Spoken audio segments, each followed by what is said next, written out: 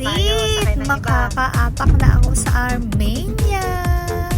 Ayan na nga guys, on the way kami sa airport. Bali, yan na pala yung airport guys. Malapit na kami. Dito pala yan sa guys, sa Abu Dhabi Airport.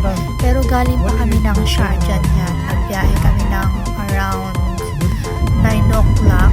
Tapos ang flight namin is around 4 p.m. Bali, nagahan na lang namin para hindi kami gawal sa oras. Kasi hindi namin alam kung may mga traffic ba or something ganyan. Kaya ayan.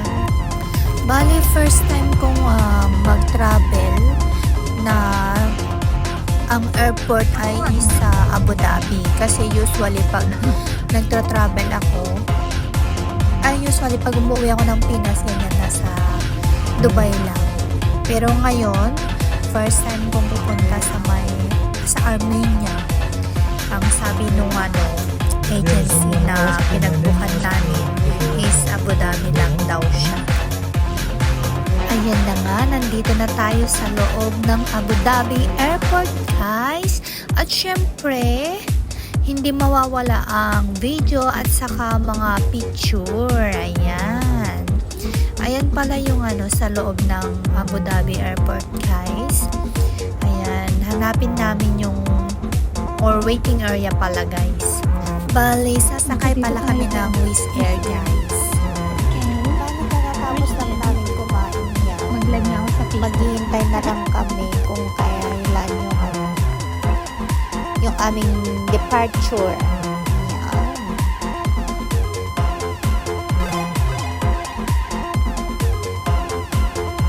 At syempre, video ganyan guys para pang-update din.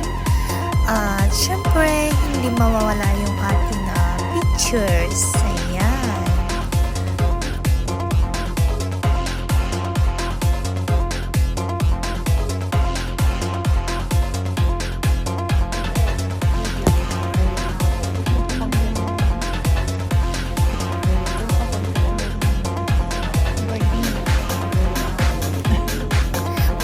Tabi naman sa akin double chin. Sorry kayo dyan.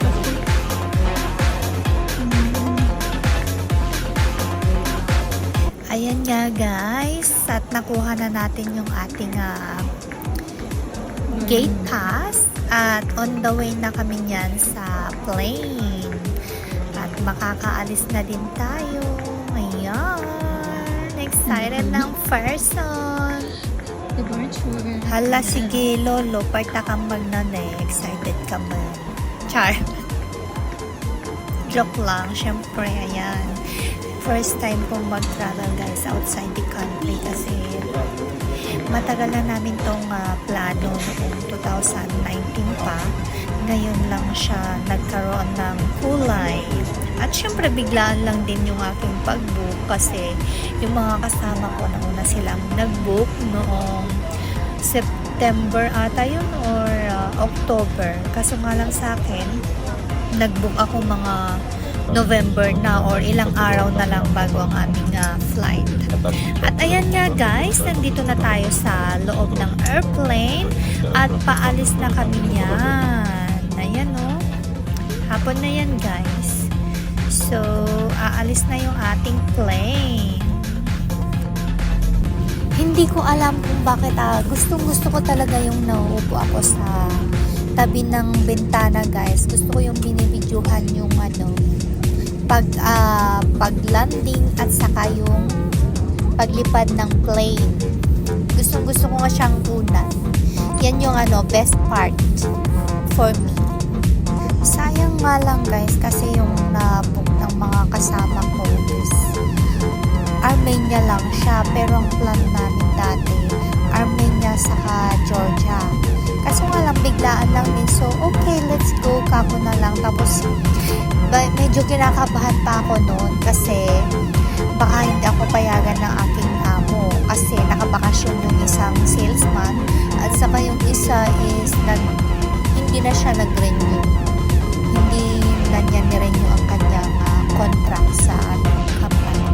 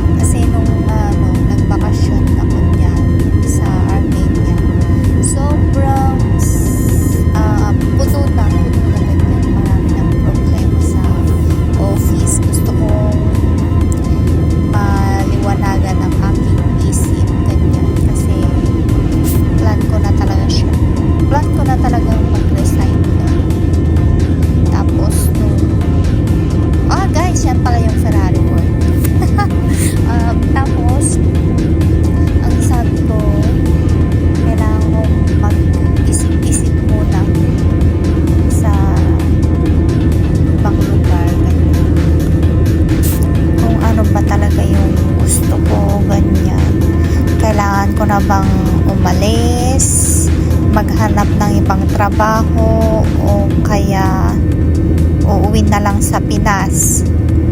Kaso nga lang pag uuwi ako ng Pinas, kailangan ko na mag-apply, tapos alam naman natin na medyo mababa yung sahod doon sa Pinas, at saka medyo may edad na din ang person mo.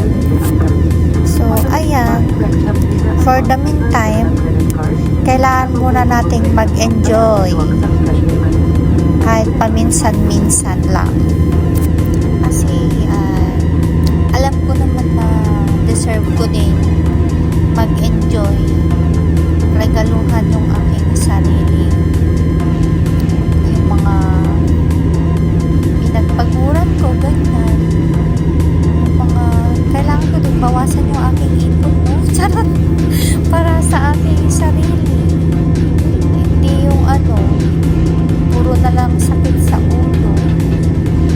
Ayan, ay nako, ang daming drama. Basta yan, mag-enjoy na lang ako. See you later, guys. At dito na tayo sa taas. Ayan, papakita ko sa inyo sa susunod na aking video yung airport ng Armenia. Ayan.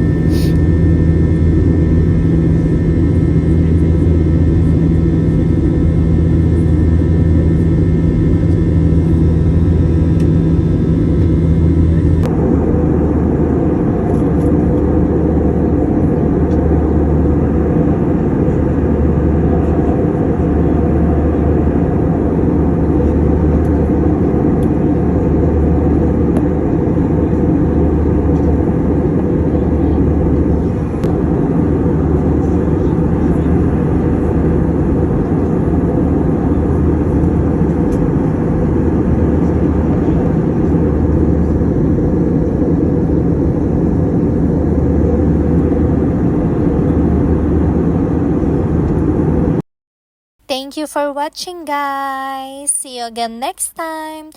Don't forget to like, comment, and subscribe. And also, don't forget to click the notification bell, guys. Thank you. Love, love.